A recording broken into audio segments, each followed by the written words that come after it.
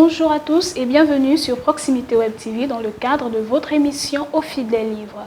Avec moi sur ce plateau, l'écrivain gabonais Jean-Diva Sanyama, avec qui nous parlerons de l'ouvrage collectif auquel il a pris part, intitulé Regard croisé sur le coronavirus, qui contient au total 20 auteurs, dont notre invité et qui a été publié en août 2020. Jean-Diva Sa, bonjour. Bonjour. Merci encore d'avoir accepté notre invitation. C'est moi. D'accord. Alors, Regard croisé sur le coronavirus, c'est le titre de l'ouvrage collectif auquel vous avez participé. Qu'est-ce qui est à la base de cette initiative? À la base de cette initiative, c'est le vécu de chaque auteur, là où il se trouve. Donc, chacun de nous a constaté à l'arrivée de cette pandémie comment les gens étaient bouleversés, choqués, angoissés, de ne plus vaquer à leurs occupations et d'être confinés dans les maisons pour attendre la mort, en fait. D'accord. Or que la mort, c'est comme un voleur qui vient à n'importe quelle heure pour vous prendre. On ne peut pas rester cloîtré dans une maison pour attendre la mort. D'accord. Alors, c'est cela qui a suscité... Tout à fait, oui. C'est ce qui a suscité les réactions de chaque auteur. D'accord. Et vous, dans votre nature d'écrivain, comment avez-vous perçu le projet d'écriture sur le coronavirus d'Adélaïde Fassinou, qui est d'ailleurs la coordinatrice de ce livre? Comment avez-vous perçu ce projet? Pour moi, c'était un bon projet parce que dans le quartier où j'habite, donc au boulevard, je voyais des gens qui ne pouvaient plus sortir de leur maison et qui, chaque soir, se mettaient à l'entrée du quartier pour voir si les forces de l'ordre seront là, à tour de 19h. Et certains se confinaient dans un bar pour prendre de l'alcool et discuter avec les autres. Donc, en tant qu'écrivain, vous avez dit que, en fait, dans votre nature d'écrivain, vous avez dit que c'était une bonne initiative. Oui, c'était une bonne chose parce que, bon, il y a l'observation, il y a le vécu, le vécu des gens. Donc, c'est ce que je rapporte dans cette nouvelle. D'accord. Et comment avez-vous été contacté pour prendre part à cette initiative? Bon, Fassinou, c'est une collègue écrivaine que j'ai déjà fait venir ici au Gabon pour présenter son livre. Elle est de nationalité béninoise? Oui, elle est de nationalité béninoise. Je l'ai d'abord fait venir ici pour présenter La Sainte Nitouche, donc un de ses livres. Et puis, quand elle m'a appelé, elle m'a demandé de contacter d'autres écrivains que j'ai reçus au téléphone, mais qui m'ont dit qu'ils n'avaient pas assez d'inspiration pour travailler sur le sujet. Et pourquoi précisément Jean-Diva Sanyama? Pourquoi pas un autre écrivain gabonais? C'est ce que j'ai dit. C'est ce que j'ai dit. Oui. J'ai contacté d'autres écrivains, mais qui m'ont confirmé qu'ils ne peuvent pas prendre part à ce projet parce qu'ils n'ont pas d'inspiration. Je ne peux pas citer leur nom ici, mais bon... Mais à la base, il y a déjà une certaine amitié avec... Madame Adélaïde Fassinou. Oui, Fassinou, je la connais très bien. Et puis bon, chaque fois que j'ai été en Afrique de l'Ouest, à Lomé, à Bamako, j'ai toujours rencontré des écrivains d'Afrique de l'Ouest. Donc c'est pour cette raison que leur choix s'est porté sur moi. Ok. Et selon vous, quel serait l'impact de ce livre sur la pandémie ou dans l'environnement médical? Bon, l'impact de ce livre, c'est d'abord un fait historique. Parce que de mémoire d'homme, c'est pour la première fois qu'on voit qu'une grippe puisse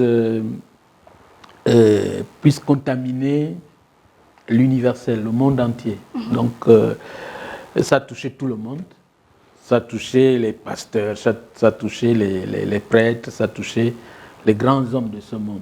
Oui. Qu'on n'arrive pas à approcher, mais que la pandémie a pu contaminer. Tout dernièrement, c'est le président des États-Unis et le Premier ministre britannique qui ont été contaminés au coronavirus. Donc, vous voyez que c'est un fait historique.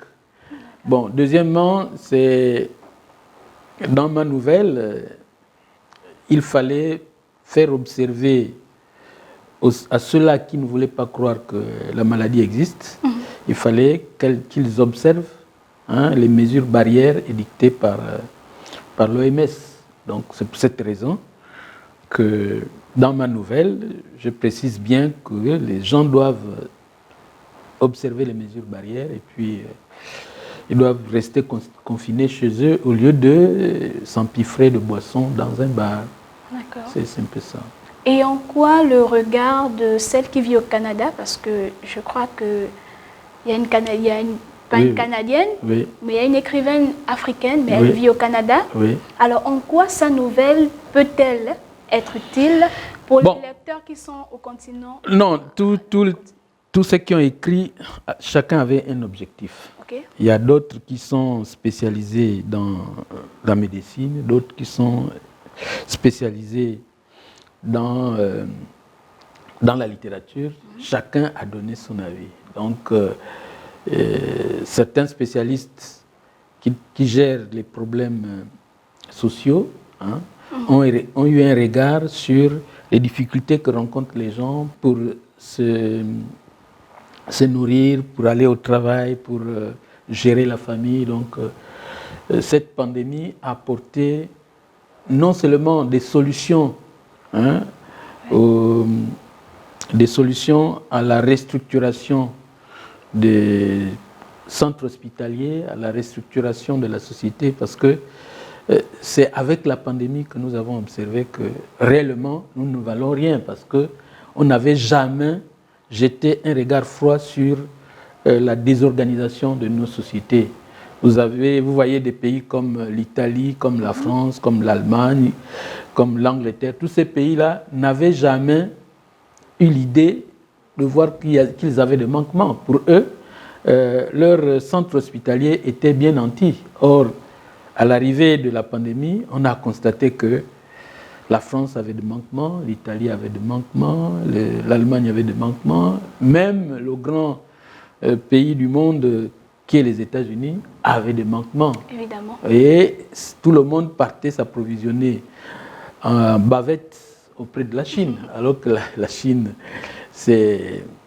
venait de rejoindre le rang des pays les plus industrialisés. Okay. Si un pays comme la France s'approvisionne en bavette au niveau de la Chine, il faut comprendre que le monde entier n'avait pas préparé l'arrivée de la Covid-19. Alors, un élan collectif sur le coronavirus, ne pensez-vous pas en fait que ça aurait pu aussi exister pour l'épidémie d'Ebola qui sévit dans notre continent depuis? Est-ce que la maladie d'Ebola ne méritait pas aussi... Si, mais bon, il y a un prix Nobel de physique, un prix Nobel de physique japonais, qui a dit que quand la pandémie est arrivée, il a tenté de joindre ses collègues à Wuhan, en Chine. Donc, il n'a reçu aucun contact, aucun appel. Est-ce que, la question qui s'est posée, est-ce qu'une épidémie comme la Covid-19 peut contaminer le monde entier? Parce que pour lui, une épidémie de grippe qui sévit à Wuhan ne peut pas contaminer le monde entier si cette épidémie n'a pas été manipulée par une main d'homme.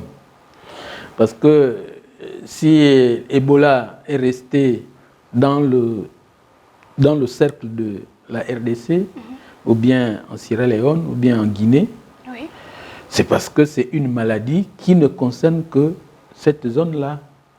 Mais l'évidence que nous voyons avec la Covid-19, c'est qu'à l'instant T, cette épidémie a touché tous les pays du monde. J'ai suivi ce matin que l'OMS a convoqué des experts pour analyser comment l'épidémie a été mal ou bien gérée, quels sont les manquements qu'il y a eu. Je pense bien que ce groupe d'experts qui travaille sur la gestion de la pandémie pourra nous donner des réponses si réellement cette épidémie a été provoquée par l'homme, ou bien si cette épidémie est un événement planétaire. D'où la nécessité d'écrire sur le coronavirus, oui, tout à fait. Contrairement à l'Ebola qui ne sévit. Bon, j'ai des textes qui parlent d'Ebola, bon, mais ce n'est pas comme le coronavirus. D'accord. Okay. Alors, nous avons toujours pensé que les écrivains ne s'intéressaient qu'à tout ce qui est éducation, dénonciation, poésie. Alors, en voyant cet ouvrage sur le Covid-19, peut-on dire que la littérature n'a définitivement pas de frontières? Oui, la littérature s'intéresse à tous les faits sociaux. Ouais. Donc, la littérature n'a pas de frontières. D'ailleurs, certains médecins ont applaudi l'arrivée de tous les ouvrages qui parlent du coronavirus. Oui, parce qu'il y a un écrivain français qui a sorti un livre sur la pandémie, avant même que cette pandémie n'arrive. Donc, vous voyez que c'est important. Donc, nous applaudissons la littérature, nous applaudissons les écrivains. Ok, alors, venons-en à votre histoire. Les maquisards confinés. Alors, qui sont-ils et de quoi parlez-vous? Les maquisards, ce sont les résistants. Les résistants, donc les gens qui doutent de la présence de la pandémie, et les gens qui sont angoissés, qui ont des difficultés à joindre les deux bouts, parce qu'il y a les gens qui ne vont plus au travail et qui ont des difficultés à gérer leur foyer. Et ce sont ceux-là que moi j'ai appelés les maquisards confinés. D'accord. Oui. Parce que cette pandémie a provoqué des problèmes dans les foyers. Bon, il y a des gens qui n'arrivaient plus à joindre leur deuxième bureau. Un bref récapitulatif de l'histoire, s'il vous plaît. Oui, bon, mais c'est Moussavou, par exemple, le personnage principal de l'ouvrage. Moussavou. Oui, était embêté chez lui à la maison, non seulement par les enfants, mais avec sa femme, qui focalisait toute seule son regard. Donc, il avait besoin, et sa femme avait besoin de respirer, elle avait besoin de se sentir un peu soulagée. C'est pour cette raison qu'elle a demandé à son époux d'aller voir ailleurs. Parce que, parce que je ne suis pas là à subir toutes les complaintes, toutes les plaintes de mon mari, alors que j'ai aussi le temps de me gérer moi-même. Donc je n'ai pas seulement les enfants et le mari à gérer, moi aussi je peux me gérer. Donc c'est pour cette raison qu'elle a demandé à son mari d'aller voir ailleurs. C'est un peu paradoxal parce que souvent, pendant les temps normaux, les femmes se plaignent que le mari rentre en retard. Mais là, quand et maintenant que le mari est H24 à la maison, ça devient compliqué. Mais ça devient compliqué si c'est un mari qui est insatiable. Donc, vous comprenez bien qu'elle ne pouvait pas supporter. D'accord. On ne pouvait pas supporter. C'est pour cette raison que Moussavou est sorti de la maison et arrivé au bar des maquisards. Il a rencontré les autres riverains avec qui ils ont commencé à boire, ils ont commencé à raconter leurs difficultés. Oui. Et c'est en ce moment, vers 19h, que le brigadier est arrivé. Il a cassé la porte du maquis. Les trouvant en flagrant délit. Il les a trouvés en flagrant délit, mais heureusement pour Moussavou et son ami, se sont cachés dans les toilettes. Ce sont les autres qui ont été ramassés pour passer la nuit au commissariat. D'accord.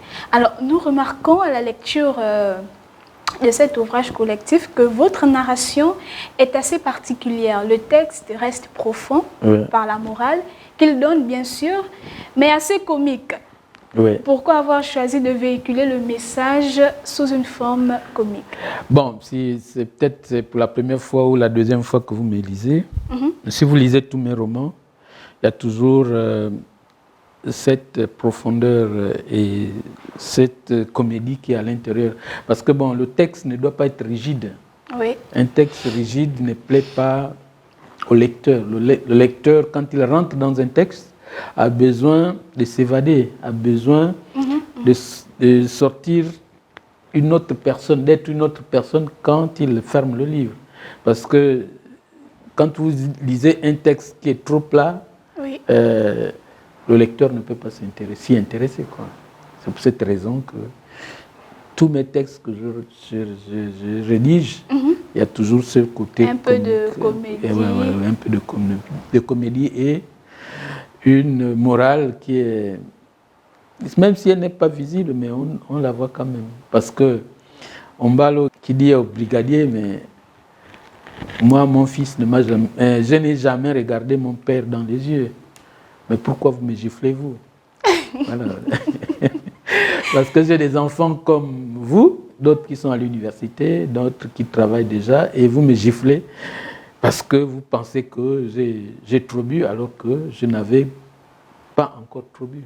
Alors, nous retenons l'expression « la nourriture de l'âme ». C'est quoi la nourriture de l'âme? D'où vient cette expression? Non, l'âme a une nourriture qui n'est pas la nourriture ordinaire, c'est une nourriture spirituelle. Quand vous rencontrez un homme, le partage que vous faites avec cet homme, c'est l'échange des sentiments, c'est l'échange des émotions, c'est ça la nourriture de l'âme. Donc l'émotion nourrit l'âme, les sentiments nourrissent l'âme. Ouais. Parce que si vous insultez quelqu'un dans la rue, vous faites mal à l'âme. L'âme ne puise pas quelque chose. Mais si vous aidez quelqu'un dans la rue, l'âme puise quelque chose. Un exemple de la nourriture de l'âme. Un exemple pour être plus concret. Bon, un exemple de la nourriture de l'âme, quand un homme rencontre une femme, ils vont échanger, ils vont partager des expériences. C'est ça la nourriture de l'âme. Ce sont les expériences qu'un homme et une femme peuvent partager. C'est cela la nourriture de l'âme. C'est ça la nourriture de l'âme. Alors d'accord, dans plusieurs pays, les comités scientifiques ont été mis en place pour la riposte au Covid-19. Quelle est la place du littéraire dans ce dispositif scientifique?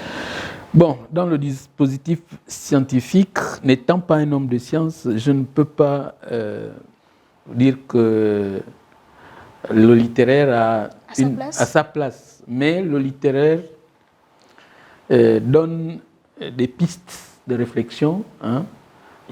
Son rôle n'est pas de donner une idée comment soigner la Covid-19, mais son rôle c'est de donner des pistes de solutions. Du moins, ce littéraire a l'impression d'être utile dans la lutte. Et il est utile dans la lutte, mais il ne demande pas aux gens, il ne dit pas aux gens que j'ai trouvé un médicament parce que nous ne sommes pas des scientifiques. Mais les faits sociaux qu'on raconte, qu'on narre dans les textes, permet aux gens, à quelqu'un qui est bien, et qui vous a lu, de rester chez lui et de faire autre chose. Par exemple, il peut prendre un livre, lire un conte à ses enfants ou bien se consacrer à autre chose que d'aller s'exposer dans un bistrot où il peut être contaminé. D'accord. Voilà. Ok. Et votre ouvrage n'était pas une révolte des littéraires face à ce qui ressemble à une marginalisation? Non. C'est une forme peut-être de réclamation du regard politique? Bon, peut-être, mais bon, dans ma nouvelle, c'est tout le monde qui a été frappé par la Covid-19. Il y a les terroristes, il y a les démocrates, il y a ceux-là qui terrorisent la population, il y a les pasteurs, il y a les prêtres, il y a les imams. Tout le monde, aucune personne ne peut dire qu'il n'a pas subi les affres de la Covid-19. Les dictateurs qui ont l'habitude de terroriser leur population ont eu pour leur part, parce que la Covid-19 les a obligés à porter des bavettes. Bien sûr. Voilà, donc les dictateurs ne peuvent pas dire qu'ils ont bravé la Covid-19. Même le président américain qui, au sortir de son confinement de l'hôpital militaire, était obligé d'accepter que la Covid-19 existe bel et bien. Même s'il a enlevé sa bavette sorti de l'hôpital, mais on voit bien que le président américain a accepté que la Covid-19 existe, même s'il a demandé aux populations de sortir, de ne pas avoir peur. La Covid-19 ne peut pas les dominer, mais il sent au moins que la maladie est là. Parce que s'il est parti à l'hôpital, c'est parce qu'il y a bien la maladie. D'accord. Ouais. Alors, regard croisé sur le coronavirus, où est-ce que nous pouvons avoir ce livre pour... Bon, ce livre sera bientôt dans les librairies de la place, oui. Mais il faudrait que les libraires commandent le livre auprès d'Adelaïde Fassinou, donc, qui est au Bénin. L'adresse est là, donc ils peuvent le commander. D'accord. Et un mot de fin, s'il vous plaît. Bon, un mot de fin. La mort est inévitable. Tout le monde peut mourir. Donc, la Covid-19 est venue réorganiser les sociétés. Réorganiser les gens. Parce que les gens qui avaient l'habitude de passer des nuits dans les bars, dans les boîtes dancing, aujourd'hui, ils se ravisent. Ils disent « Ah, mais je ne peux plus mener la vie que je menais avant. Donc, pour ne pas attraper cette pandémie, je dois me mettre à carreau pour essayer de vivre normalement, pour ne pas précipiter la mort. » Alors, on peut l'éviter, bien sûr. Merci beaucoup, okay. Jean-Yves Asanyama. Merci.